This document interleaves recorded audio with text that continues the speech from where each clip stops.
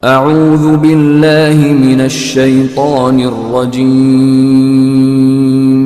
بسم الله الرحمن الرحيم.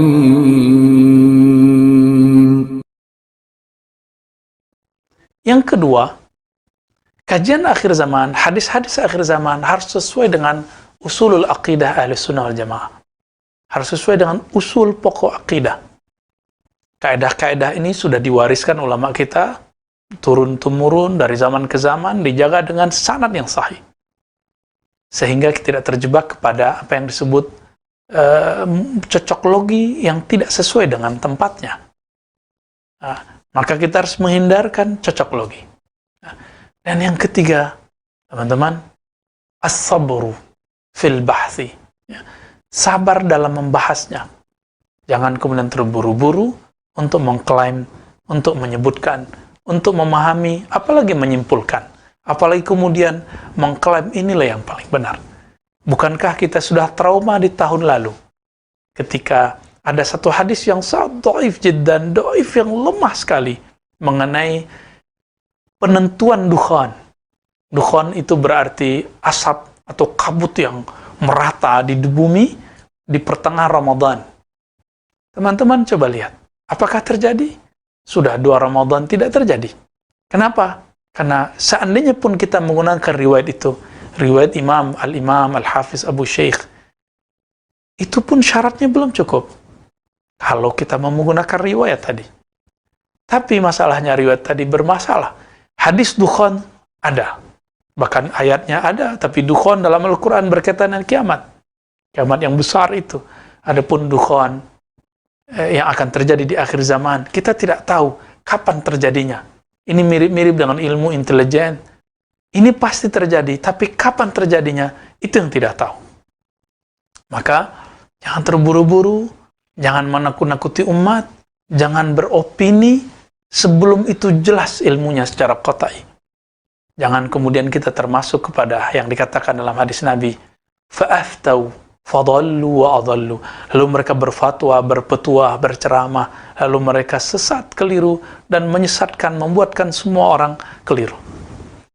Kita sudah lihat betapa paniknya banyak orang di tahun yang lalu. Kita mau ulang kembali? Tentu tidak. Maka tips tadi teman-teman, dalilnya harus sahih, kemudian tidak melakukan cocok logi, ya, tapi harus sesuai dengan kaidah-kaidah usulul aqidah, usulul hadis, usulul fiqh. Dan yang ketiga, as-sabru fil bahthi. Sabar dalam membahasnya.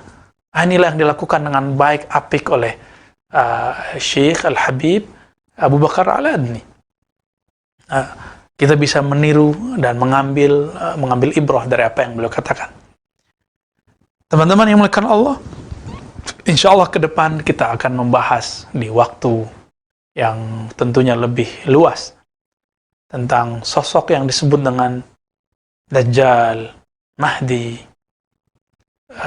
sejarah apakah yang terjadi pada Dajjal, lalu sebelum Dajjal keluar apa yang terjadi fitnatul Dajjal, apakah pandemi bagian dari itu, kita juga sudah memulainya sedikit dan kita akan perluas di sana.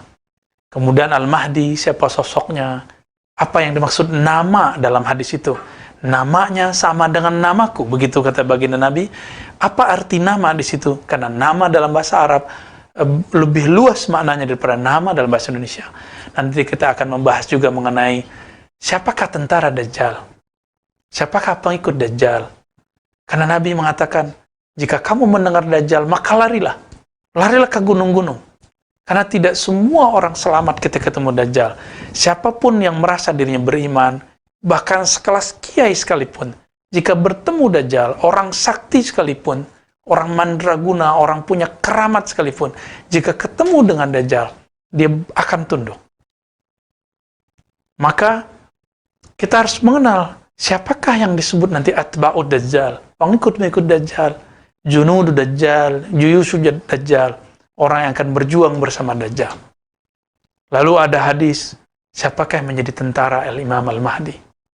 Dengan harapan kita mengetahui ini, kita mengetahui ke arah mana kita bergerak. Hadis mana yang kita ambil. Maka teman-teman yang bukan Allah, nanti